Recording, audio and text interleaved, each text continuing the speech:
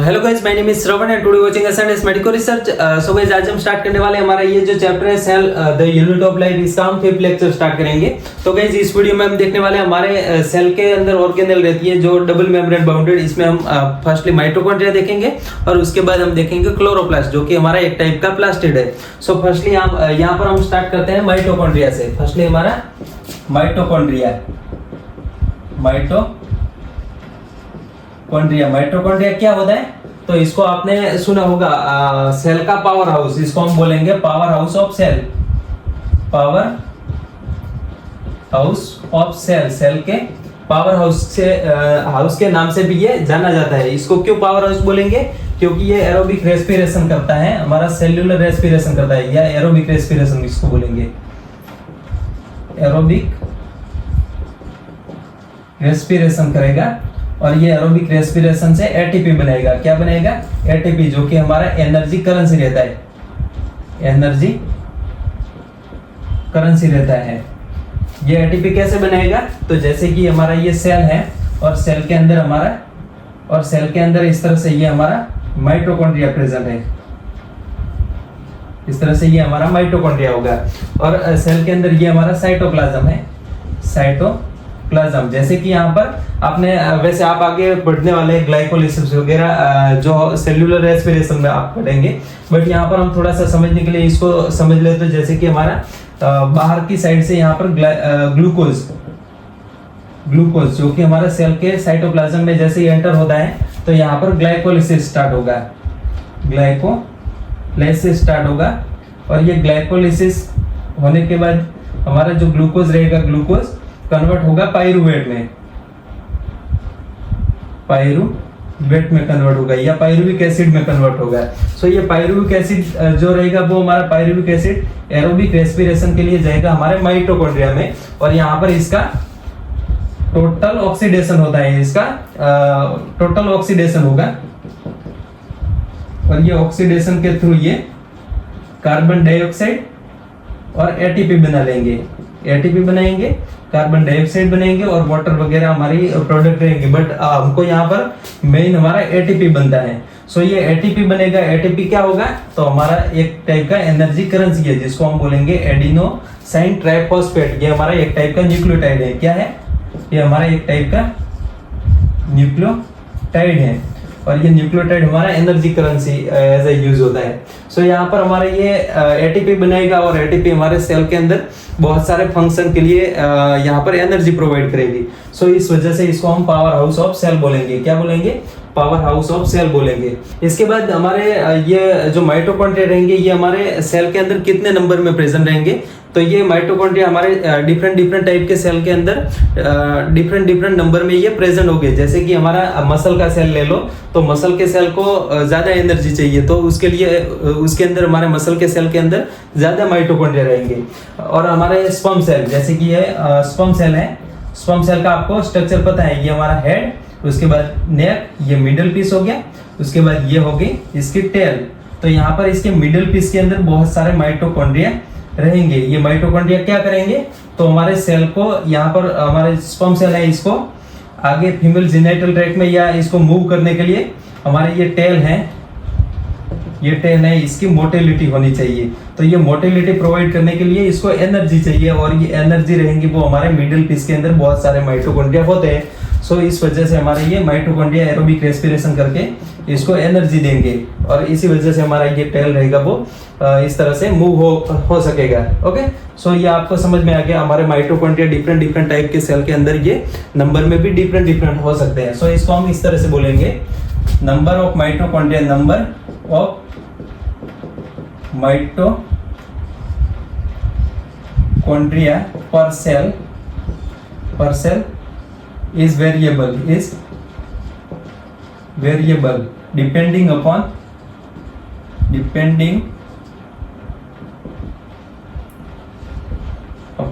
physiology of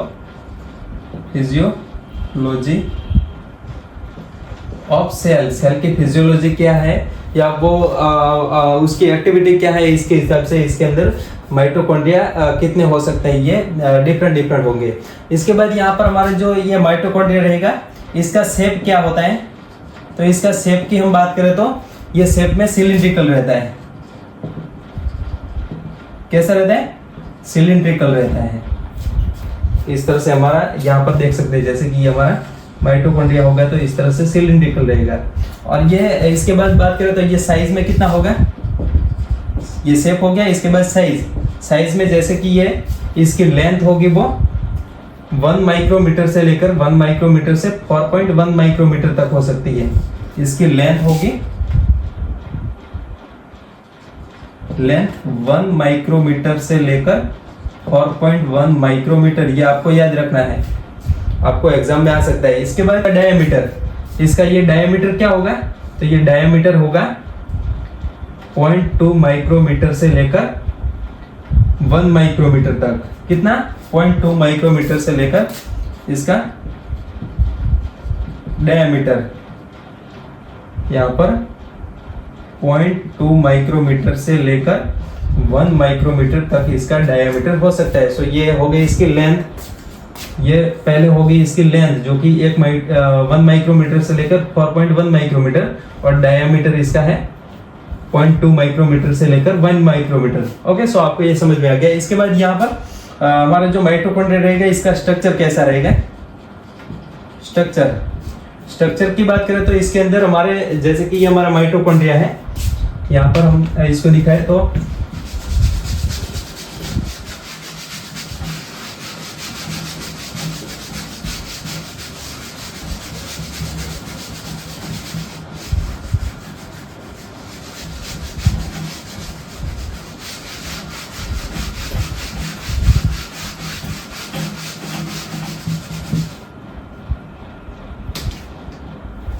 जैसे कि आप यहाँ पर देख सकते हैं, पहले तो हमने इसका शेप देख लिया था, ये सिलिंड्रिकल शेप रहता है।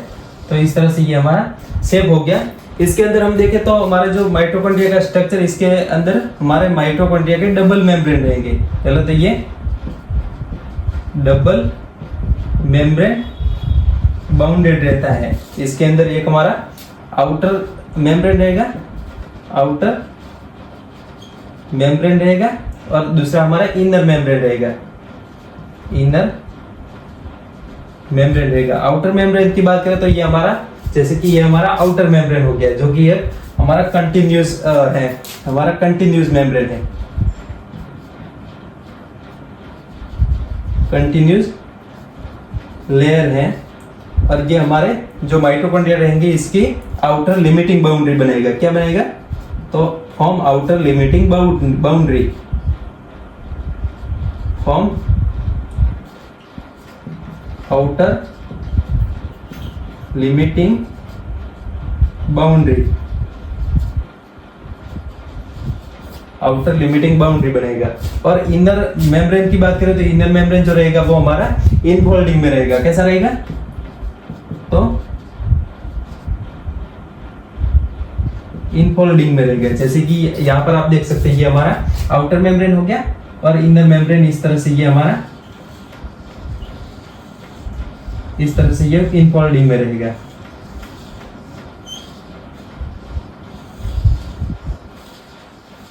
इसको हम बोलेंगे इनर मेम्ब्रेन। ये हमारा इनर मेम्ब्रेन हो गया, इनर मेम्ब्रेन। और हमारे ये जो इनफोल्डिंग रहेंगे इसको हम बोलेंगे क्रिस्टी। इनफोल्डिंग को क्या बोलेंगे? तो इसको हम बोलेंगे क्रिस्टी। क्रिस्टी ये हमारा वैसे प्लूरल हो गया, क्रिस्टी प्लूरल हो गया, इसका सिंगुलर क्रिस्टा होगा, क्रिस्टा। ओके, सो हमारे ये, जैसे कि ये एक क्रिस्टा है, ऐसा ये दूसरा क्रिस्टा है, इस तरह से तीसरा क्रिस्टा, ये हमारे सारे क्रिस्टा हो गए, ये हो गए हमारे क्रिस्टा। और इसको मिला के सारे हमारे ये इनफोल्डिंग है, इसको मिला के हम बोलेंगे क्रिस्टी। चलो ये आपको समझ में आ गया। इसके बाद यहाँ पर क्रिस्टी जो रहेंगे, ये क्रिस्टी क्या करेंगे? तो हमारा जो ये इनर मेम्ब्रेन है इसका सरफेस एरिया इंक्रीज करेंगे। So increase surface area of inner membrane.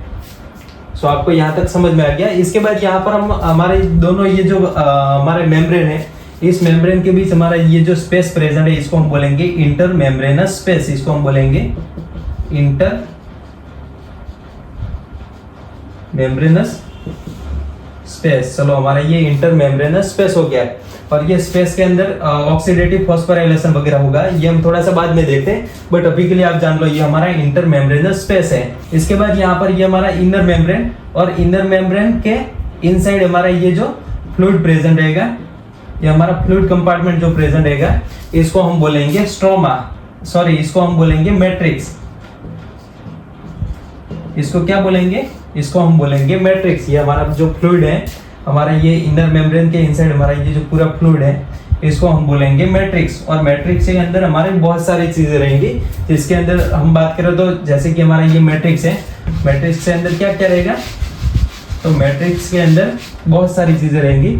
इसके अंदर हमारा एक सर्कुलर डीएनए रहेगा, सर्कुलर डीएनए रहेगा, आप यहाँ पर देख सकते हैं इस तरह से एक डबल स्टैंडर्ड सर्कुलर डीएनए रहेगा। इसके बाद हमारा दूसरा आरएनए रहेगा, ये डीएनए, इसको हम माइटोकॉन्ड्रियल डीएनए बोलेंगे, माइटोकॉन्ड्रियल डीएनए। इसके बाद आरएनए रहेगा। तीसरा हमारा रिबोसोम रहेंगे, रिबोसोम्स रहेंगे। इसके बाद कुछ एंजाइम रहेंगे, एंजाइम रहेंगे, और कुछ हमारे प्रोटीन रहेंगे। इसके अंदर कुछ प्रोटीन भी यहाँ पर रहेंगे।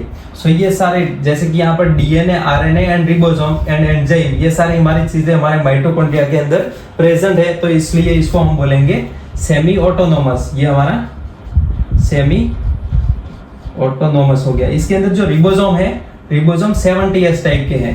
हमने रिबोसोम में 2 टाइप के देखे थे, जिसमें एक हमने 70S देखा था और दूसरा 80S। 80S का जो सब टाइप थे, इस तरह से इसके सब पार्ट थे 60S और 40S, और 70S के इस तरह से 50S और 30S। सो इसमें से हमारा ये 70S यानी कि 50S और 30S वाला हमारा जो रिबोसोम है, वो हमारे ये माइटोकॉन्ड्रिया में देखने को मिलता है। सो आपको ये समझ में आ गया है। सो इस वजह से ये हमारे सर्कुलर डीएनए, आरएनए, रिबोसोम, इस वजह से इसको हम सेमी ऑटोनोमस बोलेंगे, क्योंकि हमारा जो माइटोकॉन्ड्रिया के लिए जो भी प्रोटीन वगैरह चाहिए वो इसके खुद के माइटोकॉन्ड्रिया के अंदर ही बन जाएंगे, और ये खुद सेल्फ रेगुलेटेड रहेगा। सो इस वजह से इसको हम बोलेंगे ये सेमी ऑटोनोमस। क्यों बोलेंगे? क्योंकि ये सेमी सेल्फ रेगुलेटेड है, रेगुलेटेड है, पूरा ऑटो रेगुलेटेड नहीं है, बट ये सेमी सेल्फ रेगुलेटेड है। सो इस वजह से इसको हम बोलेंगे सेमी ऑटोनोमस ऑर्गेनेल्स। सो ये आपको समझ में आ गया।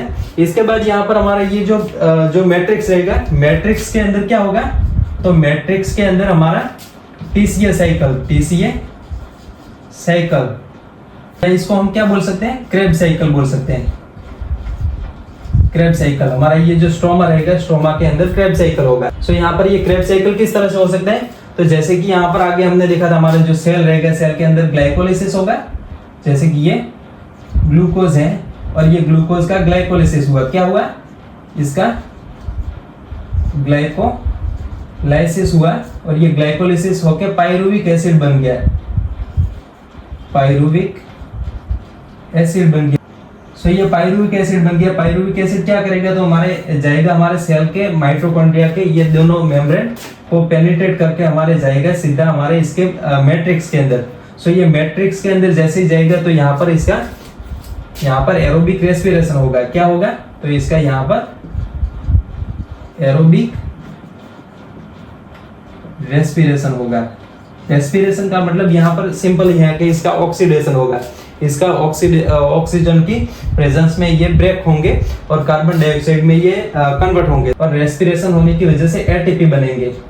एटीपी किस तरह से बनेंगे ये थोड़ा सा हम ओवरव्यू में देख लेते हैं अभी के लिए, क्योंकि डीप में हम प्लांट में जो रेस्पिरेशन वाला हमारा चैप्टर है उसमें हम देखने वाले हैं, बट अभी के लिए आप थोड़ा सा समझो, इसलिए हम यहाँ पर थोड़ा सा डिस्कस करते हैं। जैसे कि हमारा ये पाइरुविक एसिड इनसाइड आ गया और इनसाइड हमारा क्रेब्स साइकिल स्टार्ट हो गया, और क्रेब्स साइकिल में क्या बनता है? तो NADH2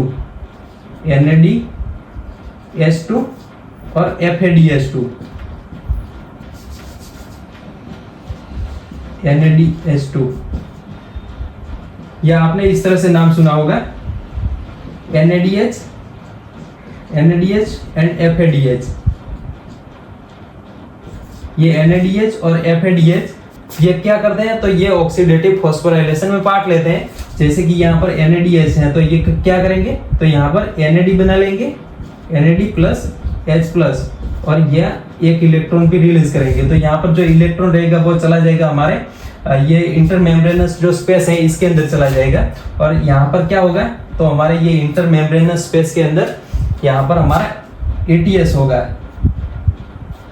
ETS यानी कि इलेक्ट्रॉन ट्रांसफर सिस्टम, ये हमारा एक पूरा ETS रहेगा, इलेक्ट्रॉन ट्रांसफर सिस्टम, जिसके अंदर बहुत सारे कॉम्प्लेक्स रहेंगे, जैसे कि कॉम्प्लेक्स 1, कॉम्प्लेक्स 2 रहेगा, कॉम्प्लेक्स 3 रहेगा, इस तरह से कॉम्प्लेक्स 5 रहेगा, जो कि हमारा इसको हम बोलेंगे हमारा ये जो सेल, जैसे कि हमारा माइटोकॉन्ड्रिया का इनर मेम्ब्रेन है, तो इनर मेम्ब्रेन के इनसाइड यहाँ पर हमारे एक टाइप के प्रोटीन रहेंगे। सो ये प्रोटीन किस तरह से रहेंगे, जैसे कि यहाँ पर ये हमारा प्रोटीन है, इसको हम बोलेंगे, ये हमारे जो प्रोटीन रहेंगे इसको हम बोलेंगे एटीपी सिंथेज, और ये क्या करते हैं, तो एटीपी बनाते हैं। एटीपी किस तरह से बनाएंगे, जैसे कि यहाँ पर ये इलेक्ट्रॉन तो यहाँ पर हमारे ये ETS में आ गया, इसके साथ साथ यहाँ पर प्रोटॉन भी हमारे, यहाँ पर H प्लस भी हमारे ये इंटरमेम्ब्रेनस जो स्पेस रहेगा इसके अंदर रिलीज होगा, और ये इसके साथ ये H भी यहाँ पर बहुत सारे एक्यूमुलेट होंगे, H प्लस भी यहाँ पर बहुत सारे एक्यूमुलेट होंगे, और ये H प्लस जैसे ही बहुत सारे यहाँ पर हो जाएंगे तो इसका ग्रेडियंट फॉर्म होगा, और ग्रेडियंट फॉर्म होगा तो यहाँ पर ये इस तरह से हमारे जो मैट्रिक्स रहेंगे, मैट्रिक्स के अंदर फिर से आएंगे, यहाँ पर ये मैट्रिक्स के अंदर आएंगे, और मैट्रिक्स के अंदर आएंगे तो हमारा यहाँ पर जो हमारा ये एटीपी सिंथेस कॉम्प्लेक्स है, या कॉम्प्लेक्स 5 जिसको बोलेंगे, तो ये हमारा क्या करेगा, तो एटीपी यहाँ पर बनाएगा। एटीपी किस तरह से बनाएगा, तो जैसे कि यहाँ पर अब यहाँ पर थोड़ा सा समझ लो, जैसे कि यहाँ पर एक हमारा एडीपी है प्लस इसके साथ एक इनऑर्गेनिक फॉस्फेट जोड़ देगा, और ये बना लेगा एटीपी। क्या बना लेगा, एटीपी बनाएगा। सो यहाँ पर हमारा ये जो कॉम्प्लेक्स है इसको हम इस तरह से नाम देंगे, इसका जो ये हमारा इसका यहाँ पर हमारा जो इनर मेम्ब्रेन के इनसाइड इंटीग्रल पार्ट है इसको हम F0 पार्ट बोलेंगे, और हमारा ये जो बाहर की साइड यानी कि हमारे मैट्रिक्स के टूवर्ड हमारा जो पार्ट है इसको हम F1 बोलेंगे। ओके, सो आपको ये समझ में आ गया। तो इस तरह से, वैसे ये आपको समझ में नहीं आ रहा तो कोई बात नहीं, हम हमारा जो वो वाला चैप्टर है प्लांट में सेलुलर रेस्पिरेशन, तो वहां पर इसका हम पूरा डिटेल में डिस्कस करने वाले हैं। बट अभी के लिए आपको थोड़ा सा ये माइटोकॉन्ड्रिया का फंक्शन क्या होता है तो ये समझना हो तो हम इस तरह से समझेंगे। तो हमारा ये एटीपी इस तरह से बनेगा, और ये एटीपी हमारा एनर्जी करेंसी रहेगा, इस वजह से इसको हम पावर हाउस ऑफ सेल बोलेंगे। सो ये पूरा हो गया हमारा माइटोकॉन्ड्रिया, और माइटोकॉन्ड्रिया हमारा एक टाइप का सेमी ऑटोनोमस ऑर्गन रहता है। ओके, सो ये पूरा हो गया हमारा माइटोकॉन्ड्रिया। एंड नेक्स्ट में हम स्टार्ट करते हैं हमारे क्लोरोप्लास्ट के बारे में, एंड इसके बाद हम स्टार्ट करते हैं प्लास्टेड, दूसरा हमारा प्लास्टेड। जैसे प्लास्टेड की हम बात करें तो प्लास्टेड बहुत टाइप के प्लास्टेड रहते हैं, जिसमें हम मेनली हमारे जो ये प्लास्टेड देखने जाए तो ये प्लांट के अंदर देखने को मिलेंगे, प्लांट के अंदर, और हमारे जो प्रोटिस्टा में भी हमारे सम प्रोटिस्टा, इसके अंदर भी हमारे जो यूग्लिनोइड रहेंगे, यूग्लिनोइड जो रहेंगे इसके अंदर हमारे ये प्लास्टेड रहेंगे। और ये प्लास्टेड 3 टाइप के रहेंगे, इसमें हम फर्स्टली बात करें तो एक हमारा क्लोरोप्लास्ट, फर्स्टली हमारा क्लोरोप्लास्ट, इसके बाद दूसरा हमारा जो प्लास्टेड का टाइप रहेगा वो हमारा क्रोमोप्लास्ट, और तीसरा हमारा जो रहेगा वो हमारा ल्यूकोप्लास्ट। सो ये हमारे सारे तीनों प्लास्टिड रहेंगे। इसमें क्या क्या डिफरेंस रहेगा, तो हमारा जो क्लोरोप्लास्ट रहेगा ये हमारा जो फोटोसिंथेसिस वगैरह जो प्रोसेस होती है इसके लिए रिस्पॉन्सिबल रहता है। इसमें पिगमेंट की बात करें तो पिगमेंट जो रहेंगे वो क्लोरोफिल रहेंगे,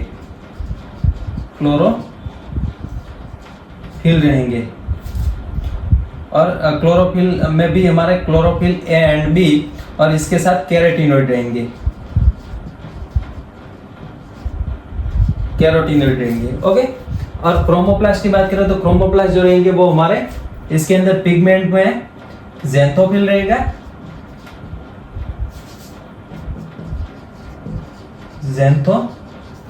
रहेगा, और दूसरा हमारा कैरोटीनॉइड, ये हमारा कैरोटीनॉइड होगा वो फैट सोल्यूबल होगा, और ये इसका फंक्शन क्या है? तो इसका फंक्शन है हमारे जो भी फ्लावर और हमारे जो भी अदर पार्ट रहेंगे हमारे प्लांट के अंदर, इसको कलर प्रोवाइड करना है। कलर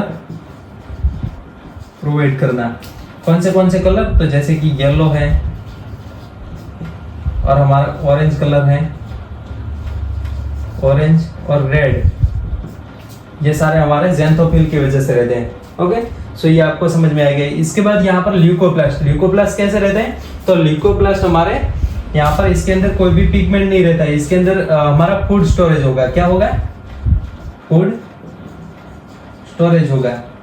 और ये फूड स्टोरेज होगा तो यहाँ पर वैसे ये कलरलेस रहेंगे, इसको हम बोलेंगे कलरलेस रहेंगे। और इसमें फूड स्टोरेज होगा। फूड 3 टाइप से स्टोरेज होगा।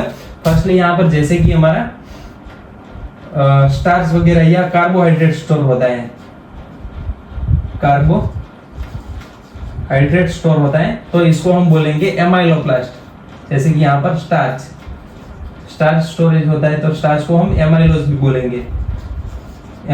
बोलेंगे। सो हमारे ये एमाइलोज हैं तो इसको हम बोलेंगे एमाइलोप्लास्ट।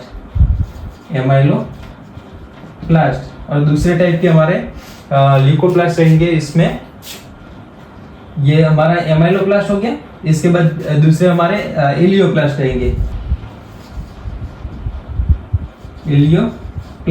इलियोप्लास्ट में हमारा ऑयल और लिपिड स्टोरेज होगा, इसके अंदर लिपिड स्टोरेज होगा। ओके, और तीसरे हमारे टाइप के एल्यूरोप्लास्ट में क्या होगा? तो हमारे प्रोटीन यहाँ पर स्टोर होंगे। ओके, सो आपको ये समझना है एमाइलोप्लास्ट किसको बोलेंगे? तो इसमें हमारे स्टार्च और कार्बोहाइड्रेट स्टोर होगा, और इलियोप्लास्ट में लिपिड स्टोर होगा, और हमारे जो एल्यूरोप्लास्ट रहेंगे इसके अंदर प्रोटीन स्टोर होगा। सो इस तरह से ये हो गए हमारे ल्यूकोप्लास्ट। इसके बाद हमने क्रोमोप्लास्ट देखा था, और हमारे जो क्लोरोप्लास्ट रहेंगे इसको यहाँ पर हम डिटेल में देखने वाले। सो यहाँ पर प्लास्टेड में हम डिटेल में देखने वाले क्लोरोप्लास्ट दोनों। हमारे बाकी के हमारे जो क्रोमोप्लास्ट और ल्यूकोप्लास्ट इतने इंपॉर्टेंट नहीं है। यहाँ पर हमारा क्लोरोप्लास्ट जो रहेगा वो इंपॉर्टेंट है, क्योंकि इसके अंदर फोटोसिंथेसिस प्रोसेस होगा। क्या होगा?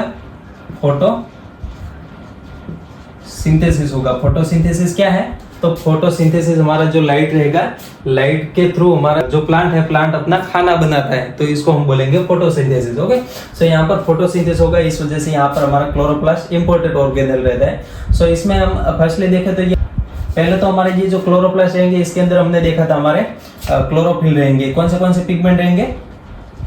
क्लोरोफिल रहेंगे, जिसमें क्लोरोफिल ए एंड बी रहेगा, और इसके अलावा यहाँ पर कैरोटीनॉइड भी रहेंगे। ओके, इसके बाद यहाँ पर बात करें तो हमारे ये क्लोरोप्लास्ट रहेंगे, वो कहाँ पर रहेंगे? तो ये रहेंगे हमारे जो सेल हमारे प्लांट रहता है, प्लांट के अंदर हमारे लीव्स रहते हैं। कहाँ पर? तो प्लांट के अंदर लीव्स, और लीफ में भी हमारे जो मीजोफिल सेल रहेंगे, मीजोफिल हमारे जो सेल रहेंगे। आपने वैसे प्लांट की एनाटॉमी इसमें देखा होगा, हमारे जो लीव्स का एनाटॉमी रहता है, लीव्स के अंदर हमारे मीजोफिल सेल रहते हैं, और ये मीजोफिल सेल के अंदर हमारे मोस्टली क्लोरोफिल देखने को मिलते हैं। क्लोरोफिल कहाँ पर? वैसे इसके अलावा भी, लीव्स के अलावा भी कई सारे हमारे ऐसे ग्रीन पार्ट रहते हैं प्लांट के अंदर। इसके अंदर भी ग्रीन पार्ट ऑफ प्लांट, इसके अंदर भी ये देखने को मिलता है। जैसे कि कई ऐसे उसकी डाली वगैरह होगी, ब्रांचेस होगी, इसके अंदर भी ये ग्रीन ब्रांचेस होगी, इसके अंदर भी हमारे ये क्लोरोप्लास्ट रहते हैं। बट मेनली हमारा जो ग्रीन पार्ट रहेगा वो हमारा लीव्स रहेगा, तो इसके अंदर हमारे मीजोफिल सेल रहेंगे, और मीजोफिल में हमारे क्लोरोप्लास्ट रहेंगे। क्या रहेंगे? क्लोरोप्लास्ट रहेंगे। इसके बाद हमारे जो क्लोरोप्लास्ट रहेंगे इसके नंबर सेल के अंदर, एक सेल के अंदर कितने हो सकते हैं? तो ये डिफरेंट हो सकते हैं। सो ये नंबर ऑफ क्लोरोप्लास्ट पर cell is different, is variable. जैसे कि हमारे क्लेमिडोमोनास आल्गी वगैरह रहेगी, उसके अंदर ये एक रहेगा हमारे क्लेमिडोमोनास जो आल्गी रहेगी, इसके अंदर ये एक ही रहेगा, बट कुछ ऐसी हमारे आगे है इसके अंदर ये 20 to 40 भी रहेंगे, 20 to 40 नंबर में भी रहेंगे। इतने सारे हमारे ये क्लोरोप्लास्ट भी हो सकते हैं। ओके, क्लैमिडियम मोनास में कितने रहेंगे? तो एक ही रहेगा, बट कुछ ऐसी हमारे अलगी है इसके अंदर ये 20 to 40 भी रहेंगे। इसके बाद नेक्स्ट में इसके शेप एंड साइज के बारे में बात करते हैं। नेक्स्ट में इसका शेप एंड दूसरा इसका साइज। शेप एंड साइज क्या होगी? तो इसका शेप होगा वो मेनली ओव्यूल शेप होगा, ओव्यूल शेप। इसके बाद ये डिस्कोइड शेप होगा, इसके बाद लेंस शेप होगा, लेंस शेप। उसके बाद spherical, ribbon shape, ribbon shape. ये सारे हमारे जो क्लोरोप्लास्ट रहेंगे इसके शेप। इसके बाद साइज की बात करें तो ये लेंथ में ये 5 माइक्रोमीटर से लेकर 10 माइक्रोमीटर तक ये देखने को मिलता है। 5 माइक्रोमीटर से लेकर 10 माइक्रोमीटर। और ये इसकी चौड़ाई में यानी कि विड्थ में ये होगा 2 माइक्रोमीटर से लेकर 4 माइक्रोमीटर तक ये इसकी चौड़ाई में भी हो सकता है। सो ये होगी इसकी लेंथ और वेट। इसको आप कंपेयर करो हमारे माइटोकॉन्ड्रिया से, तो माइटोकॉन्ड्रिया जो रहेंगे वो हमारे इसका साइज क्या था माइटोकॉन्ड्रिया का साइज था 1 माइक्रोमीटर से लेकर 4 माइक्रोमीटर तक इसकी लेंथ थी। और इसका जो डायमीटर था वो 2 माइक्रोमीटर से लेकर 1 माइक्रोमीटर यानी कि 1 माइक्रोमीटर तक था। तो यहाँ पर हमारे ये जो माइटोकॉन्ड्रिया रहेगा वो काफी स्मॉल रहेगा इसके कंपैरिजन में। हमारे जो ये क्लोरोप्लास्ट है इसके कंपैरिजन में ये काफी स्मॉल रहेगा। तो ये हम अगर माइक्रोस्कोप में भी ऐसे देखने जाए तो ये नहीं दिखेगा। माइक्रोस्कोप में भी इसको देखने के लिए इसको पहले स्टेन करना पड़ेगा। क्या करना पड़ेगा? तो स्टेन करना पड़ेगा, स्पेशल स्टेन होगा, उससे ये स्टेन करना पड़ेगा। बट यहाँ पर अगर हम क्लोरोप्लास्ट की बात करें तो क्लोरोप्लास्ट हमारा हम ऐसे ही माइक्रोस्कोप में देखेंगे तो ये दिखाई देगा इसके, क्योंकि ये बहुत बड़ा शेप में रहता है। वैसे कई जगह पर इसकी जो ये साइज है इसको डिफरेंट भी दिखाया गया होता है, बट यहाँ पर हम अपने एनसीईआरटी बुक के हिसाब से चलेंगे तो यहाँ पर 5 माइक्रोमीटर से 10 माइक्रोमीटर तक इसकी लेंथ और इसकी जो चौड़ाई रहेगी वो 2 माइक्रोमीटर से लेकर 4 माइक्रोमीटर तक इसकी चौड़ाई रहेगी। सो ये हो गया इसका शेप एंड साइज। इसके बाद यहाँ पर इसके स्ट्रक्चर की बात करते हैं। स्ट्रक्चर जो रहेगा जिस तरह से हमने माइटोकॉन्ड्रिया में देखा था हमारा डबल मेम्ब्रेन बाउंडेड है, सेम इसी तरीके से ये भी हमारा डबल मेम्ब्रेन बाउंडेड है। कैसा है? डबल मेम्ब्रेन बाउंडेड है। कैसा है? Double membrane bounded. आप यहां पर देख सकते हैं जैसे कि ये हमारा ये क्या है? ये हमारा क्लोरोप्लास्ट है। और क्लोरोप्लास्ट जो रहेगा वो हमारा इस तरह से डबल मेम्ब्रेन बाउंडेड, इसके ऊपर डबल लेयर का एनवेलप रहेगा जिसके अंदर एक हमारा इनर लेयर और दूसरा हमारा यहाँ पर हम देखते हैं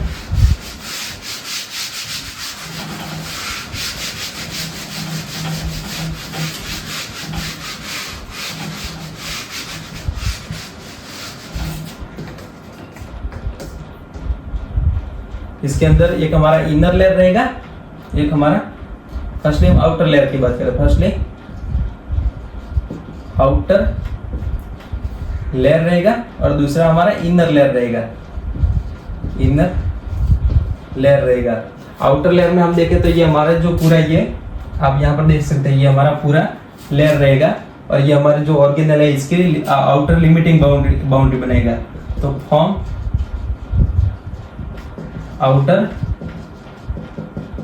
limiting boundary, outer limiting boundary बनेगा।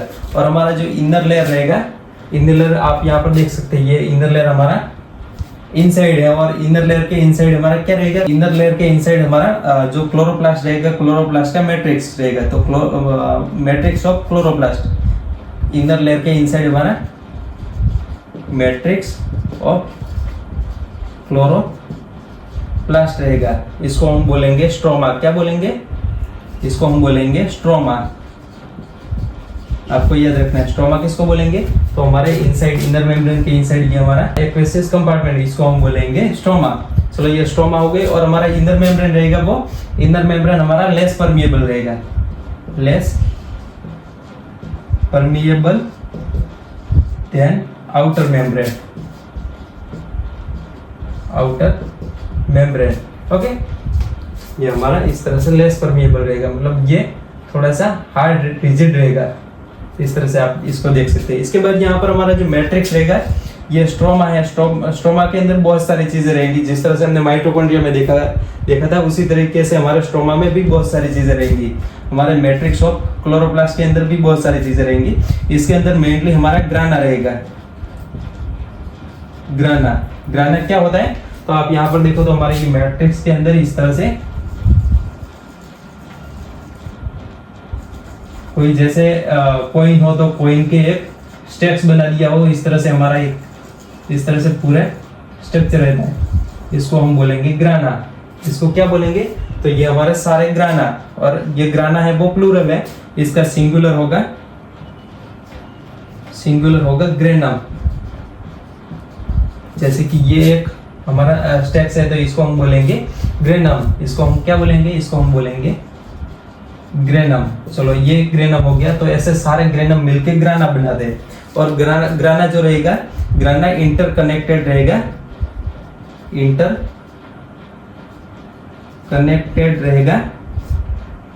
एक यहाँ पर ट्यूब्यूल स्ट्रक्चर से। इस स्ट्रक्चर को हम बोलेंगे स्ट्रोमा लेमेला। इसको क्या बोलेंगे, तो स्ट्रोमा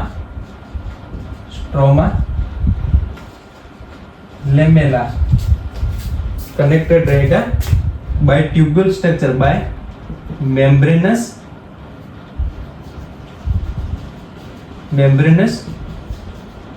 ट्यूब्यूल से। और ये ट्यूब्यूल्स को हम बोलेंगे क्या बोलेंगे, तो स्ट्रोमा लेमेला। चलो हमारा ये स्ट्रोमा लेमेला हो गया। इस तरह से ये हमारे सारे जो इसके अंदर थैलेकोइड रहेंगे, हमारे सारे ग्राना रहेंगे, इस एक दूसरे से इस तरह से ये इंटरकनेक्टेड रहेंगे। आप यहाँ पर देख सकते हैं, इस तरह से ये इंटरकनेक्टेड रहेंगे। इसको हम बोलेंगे स्ट्रोमा लेमेला। इसके बाद यहाँ पर हमारा ये स्ट्रोमा, दूसरा हमारा स्ट्रोमा लेमेला हो गया। इसके बाद तीसरी चीज इसके अंदर रहती है, यहाँ पर हमारे जिस तरह से हमने माइटोकॉन्ड्रिया में देखा था, इस तरह से हमारा यहाँ पर सेम सर्कुलर डीएनए रहेगा, डबल स्ट्रैंडेड डीएनए। इस तरह से यहाँ पर इसका खुद का डीएनए रहेगा। ये क्या है, डीएनए है। इसके साथ साथ यहाँ पर डीएनए के साथ साथ आरएनए रहेगा, इसके साथ साथ रिबोसोम रहेगा, रिबोसोम्स रहेंगे, और इसी के साथ रिबोसोम के साथ यहाँ पर हमारे एंजाइम और प्रोटीन भी रहेंगे, एंजाइम एंड प्रोटीन भी रहेंगे यहाँ पर। इस तरह से ये हमारा डीएनए हो गया। इसके बाद यहाँ पर ये हमारा आरएनए, इसके बाद हमारा यहाँ पर रिबोसोम रहेंगे। रिबोसोम सेम हमने माइटोकॉन्ड्रिया में देखा था, इस तरह से ये भी हमारे रिबोसोम रहेंगे। वो 70S रिबोसोम रहेंगे। कैसे रहेंगे, तो हमारे छोटे टाइप के रिबोसोम 70S रिबोसोम। हमारे ये साइटोप्लाज्म जो रहेगा, इसके अंदर 80S रिबोसोम रहेंगे। बट यहाँ पर हमारा ये जो एक्वेसियस कंपार्टमेंट हमारा क्लोरोप्लास्ट का, इसके अंदर हमारे 70S रिबोसोम रहेंगे। कैसे, तो 70S रिबोसोम। चलो ये 70S रिबोसोम हो गए। इसके बाद एंजाइम एंड प्रोटीन भी रहेगा, इसके अंदर एंजाइम एंड प्रोटीन भी रहेगा, एंजाइम एंड प्रोटीन भी रहेगा। सो ये सारी चीजें हैं। इसके अंदर सर्कुलर डीएनए, आरएनए, रिबोसोम और एंजाइम वगैरह प्रेजेंट है। इसलिए इसको हम माइटोकॉन्ड्रिया की तरह इसको भी सेमी ऑटोनोमस बोलेंगे। क्या बोलेंगे, सेमी ऑटोनोमस बोलेंगे। ओके, सो आपको ये समझ देना है। इसके बाद यहाँ पर हम ग्राना की बात करें तो ये जो ग्राना, या इसको हम ग्रेनम बोलेंगे। जैसे कि ये एक हमारा स्ट्रक्चर है, तो इसको हम ग्रेनम बोलेंगे। तो हमारा ये जो ग्रेनम रहेगा, ये बहुत सारे हमारे कोइन शेप डिस्क से ये स्टैक रहेगा, कोइन शेप। इसके अंदर क्या रहेंगे, डिस्क रहेंगी, इसके अंदर कोइन शेप डिस्क रहेंगी, और ये डिस्क स्टैक रहेगी, और इसकी वजह से यहाँ पर ये पूरा अरेंजमेंट दिखता है। इसको हम ग्रेनम बोलेंगे। और ये एक, जैसे कि इसके अंदर, जैसे कि ये हमारा एक डिस्क है, इसके अंदर ये दूसरा डिस्क, तीसरा हमारा कॉइन, इस तरह से फोर्थ कॉइन, फिफ्थ कॉइन, ये हमारे जो सारे कॉइन है, इसको ये कॉइन को हम बोलेंगे थाइलेकोइड। क्या बोलेंगे, थाइलेकोइड बोलेंगे। और हमारे थाइलेकोइड स्टैक्स होके इस तरह से हमारा अरेंजमेंट बनाएंगे, जिसको हम ग्रेनम बोलेंगे। और हमारे ये थाइलेकोइड रहेंगे, ये भी हमारे थाइलेकोइड, ये भी हमारे सिंगल मेम्ब्रेन बाउंडेड रहेंगे, सिंगल मेम्ब्रेन बाउंडेड रहेंगे इस तरह से। जैसे कि यहाँ पर एक थाइलेकोइड की हम बात करें तो जैसे कि ये हमारा थाइलेकोइड है और ये थाइलेकोइड इस तरह से हमारे सिंगल मेम्ब्रेन बाउंडेड रहेगा। इसके अंदर इसके बाद हम बात करें तो हमारे ये क्लोरोप्लास्ट के अंदर क्या होगा, तो आगे हमने देखा था फोटोसिंथेसिस होगा। क्या होगा, फोटोसिंथेसिस होगा। फोटोसिंथेसिस किस तरह से होगा, तो पहले तो फोटोसिंथेसिस जो रहेगा इसमें दो टाइप की रिएक्शन रहेगी। हमारे जो फोटोसिंथेसिस रहेंगे, फोटोसिंथेसिस रहेंगी, इसमें दो टाइप की रिएक्शन रहेगी। एक हमारी लाइट रिएक्शन, लाइट रिएक्शन रहेगी और दूसरी हमारी डार्क रिएक्शन रहेगी, डार्क रिएक्शन रहेगी। लाइट की प्रेजेंस में हमारी जो रिएक्शन हो रही है, यानी कि हमारा फोटोकेमिकल जो रिएक्शन हो रही है, इसको हम बोलेंगे फोटोकेमिकल। इसके अंदर फोटोन इन्वॉल्व है। हमारा जो फोटोन किसको बोलेंगे, तो लाइट के एक हमारे जो रेज है इसको हम फोटोन बोलेंगे। इस तरह से यहाँ पर हमारा जो फोटोन रहेगा, जैसे कि ये थाइलेकोइड है तो थाइलेकोइड के ऊपर हमारा जो लाइट का रेज आएगा और ये लाइट का रेज आएगा तो यहाँ पर हमारे थाइलेकोइड के अंदर हमारे लाइट रिएक्शन सिस्टम रहेंगे। और ये लाइट रिएक्शन सिस्टम क्या करेंगे, तो इसके अंदर स्टिमुलेशन होगा और ये इलेक्ट्रॉन वगैरह बाहर भेजेंगे, ये सारी चीजें यहाँ पर होंगी। तो हमारी जो लाइट रिएक्शन होगी वो हमारे थाइलेकोइड के अंदर होगी। कहाँ पर होगी, तो ये इसके अंदर लाइट रिएक्शन होगी। और यहाँ पर क्या होगा, तो यहाँ पर हमारे जो इलेक्ट्रॉन वगैरह हैं वो स्टिमुलेट होंगे और आगे ये एटीपी और NADH2 बनाएंगे। क्या बनाएंगे, एटीपी बनाएंगे और NADH2 और NADH2 बनाएंगे या NADH बनाएंगे। ओके, सो आपको ये समझ में आ गया। इसके बाद यहाँ पर डार्क रिएक्शन। डार्क रिएक्शन क्या होती है, तो ये हमारे लाइट के बिना भी हो सकती है। लाइट हो तो भी हो सकती है, लाइट ना हो तो भी हो सकती है, तो इसको हम बोलेंगे डार्क रिएक्शन। सो ये हमारा ये जो स्ट्रोमा है इसके अंदर होंगी, तो हमारे स्ट्रोमा के अंदर डार्क रिएक्शन होगी, डार्क रिएक्शन होगी। और इसमें हमारा शुगर बनेगा। क्या बनेगा, शुगर या कार्बोहाइड्रेट बनेगा, जैसे कि ग्लूकोज बनेगा। और ये ग्लूकोज आगे मैट्रिक्स के अंदर ये एमाइलोज या ग्लाइकोजन में कन्वर्ट होगा। किसमें, ग्लाइकोजन या एमाइलोज या स्टार्च के अंदर कन्वर्ट होगा। तो इसके अंदर इस तरह से स्टार्च की भी ग्रेन्यूल रहती है। सो इस तरह से हमारी इसमें फोटोसिंथेसिस रिएक्शन होगी और हमारा ये शुगर फॉर्म होगा, यानी कि हमारे प्लांट का खाना यहाँ पर प्रिपेयर होता है और वो यहाँ पर स्टोरेज भी होता है और उसका यूज भी होता है। ये सारी चीजें बाद की बातें हैं, बट अभी के लिए आप इतना समझो कि जैसे कि हमारा ये फोटोसिंथेसिस रिएक्शन हो रहा है। वैसे ये अगर आपको समझ में नहीं आ रहा है तो कोई बात नहीं, इसको हम एक अलग चैप्टर में इसको देखने वाले हैं। बट अभी के लिए आप थोड़ा सा इतना समझने के लिए कि ये रिएक्शन वगैरह हमारे जो हमारा ये क्लोरोप्लास्ट है इसके अंदर किस तरह से होगी, तो इसको मैं समझाने के लिए थोड़ा सा यहाँ पर डिस्कस किया है। सो ये हो गया हमारा क्लोरोप्लास्ट और आगे हमने देखा माइटोकॉन्ड्रिया। और नेक्स्ट वीडियो में गाइस हम देखने वाले हैं रिबोसोम, साइटोस्केलेटन और हमारा जो सिलिया एंड फ्लैजेला रहेगा उसको। सो तब तक अगर ये वीडियो आपको पसंद है तो please like my video, subscribe my channel and hit the bell icon. Okay, thank you guys.